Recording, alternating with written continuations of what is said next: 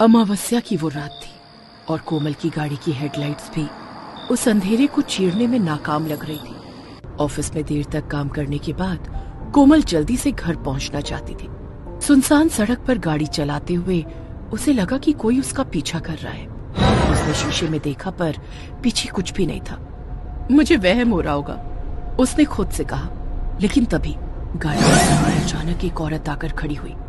कोमल ने जोर से ब्रेक लगाया और गाड़ी रुकते ही चीख पड़ी, क्या पागल हो, मरना है क्या?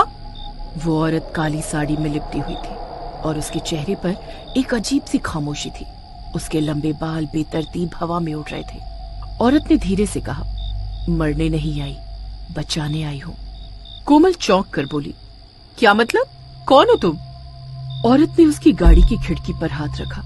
उसकी उंगलियां इतनी ठंडी थी कि कोमल का शरीर झंझना गया। औरत बोली, तुझे और तेरे परिवार को बचाने तेरे साथ बहुत बुरा होने वाला है। कोमल हिचकिचाई, अब तुम मेरे बारे में इतना कैसे जानती हो? और प्लीज मुझे अकेले छोड़ो। औरत ने गहरी आवाज में कहा, अगर मैं चली गई तो तू कल की सुबह नहीं देख पाएगी। सोच ले, तेरा अंजाम वही होगा जो औरों का हुआ था। डर और जिज्ञासा के चलते कोमल ने दरवाजा खोल दिया। औरत बिना कुछ बोले गाड़ी में बैठ गई।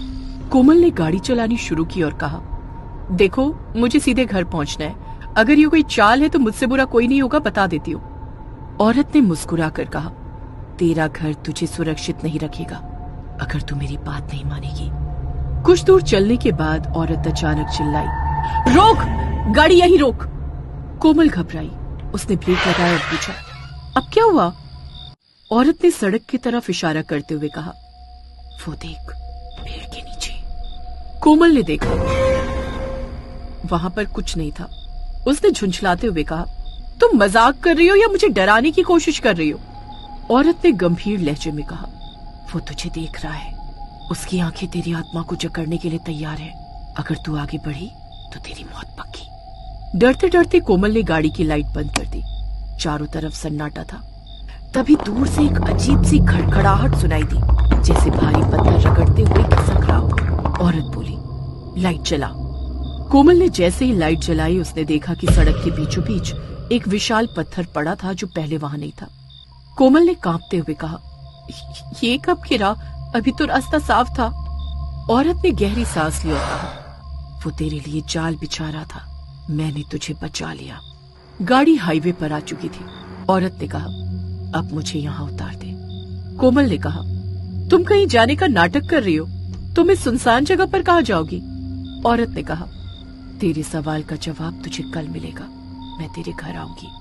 कोमल ने डरते हुए कहा, ठीक है, लेकिन अगर तुमने कुछ गड़बड़ की तो मुझसे बुरा कोई नहीं होगा। कोमल डरते डरते घर पहुंची और पति रचित को सारी बात बताई। रचित ने इसे उसकी थकान का असर बताया और कहा, सो जाओ, सब ठीक है। अगली रात दरवाजे पर दस्तक हुई। जब कोमल ने दरवाजा खोला तो वही औरत खड़ी थी। तुम सच में यहाँ आ गई? कोमल घबरा गई। औरत ने कहा, तेरे घर में कुछ है जो तेरे परिवार को खत्म करने पर तुला है, मुझे पूजा करनी होगी। कुछ देर बाद पूजा के दौरान माहौल और भी खौफनाक हो गया। तेज हवा घर के अंदर गूंजने लगी और दिए की लौ फड़फड़ाकर बुझने की कगार पर आ गई। तभी कोमल की माँ अचानक कमरे में आई। उनकी आंखें लाल हो चुकी थी और उनका चेहरा विकृत और डरावना लग रहा था। माँ ने गहरे स्वर में कहा, तूने मेरी नींद तोड़ दी है और अब मैं सबका अंत करूंगी। कोमल ने कांपते हुए पूछा, माँ, ये आप क्या कह रही हैं? पूजा कर रही औरत ने कोमल को रोका और सख्ती से कहा, ये तेरी माँ नहीं है, इन पर किसी और का साया है। माँ की आवाज गहरी और डरावनी हो गई। उन्होंने चीखते हुए कहा, मैं वो हूँ जिसे इसने अपने हाथों से मारा था। अब मैं इसे और इसके पूरे परिवार को खत्म कर दूंगी। कोमल हड़बड़ाकर पीछे हट गई। उसने डरते हुए कहा, ये बकवास है, मेरी माँ ऐसा कुछ नहीं कर सकती। आत्मा ने गुस्से से कहा, सच सुनना चाहती है? आज से 20 साल पहले तेरी माँ ने मुझे धोखे से मार डाला था। मैं गरीब और कमजोर थी। तेरी माँ ने अपनी इज्जत और परिवार बचाने के लिए मेरी जान ले ली और मेरी मौत को आत्महत्या दिखा दिया। अब मैं इस घर को तबाह कर दूंगी। कोमल ने कांपती आवाज में अपनी माँ से पूछा, माँ, क्या ये सच है? माँ जो अब आत्मा के काबू में थी थकी हुई आवाज में बोली, हाँ, मैंने इसे मारा था। ये मेरे पति के करीब आ रही थी। मुझे अपने परिवार की इज्जत बचानी थी। आत्मा ठहाका लगाते हुए बोली, तेरी माँ को अपने किए का कोई पछतावा नहीं, इसलिए मैं इस घर को कभी चैन से नहीं रहने दूंगी। औरत ने पूजा तेज कर दी। मंत्रोच्चार गूंजने लगा। अचानक कोमल की माँ की हालत बिगड़ने लगी। उनकी आंखें लाल हो गईं और शरीर कांपने लगा।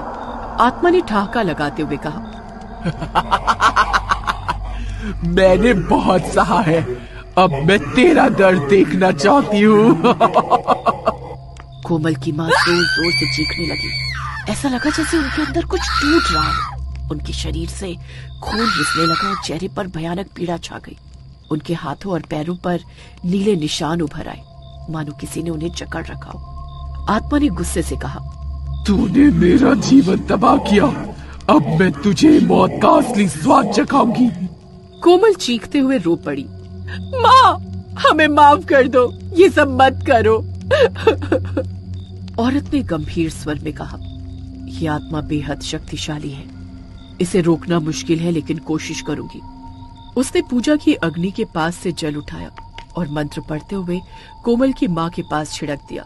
आत्मा ने दर्द से चीखते हुए कहा, तुम लोग मुझे नहीं रोक सकते, मैं इस घर का सर्वनाश करके जाऊंगी। फिर उसने कोमल की माँ को जोर से हवा में उठाकर जमीन पर पटक दिया। उनके शरीर में मरोड़ उठी और एक भयानक चीख के साथ उनकी मौत हो गई। कमरे में भयानक सन्नाटा छा गया। कोमल के पिता दीवार से टिके खड़े थे। उनकी सांसें तेज हो रही थी। औरत ने कोमल की ओर देखा और कहा, ये आत्मा अभी गई नहीं है, ये बदला लेने फिर लौटेगी, तुम्हें संभल कर रहना होगा।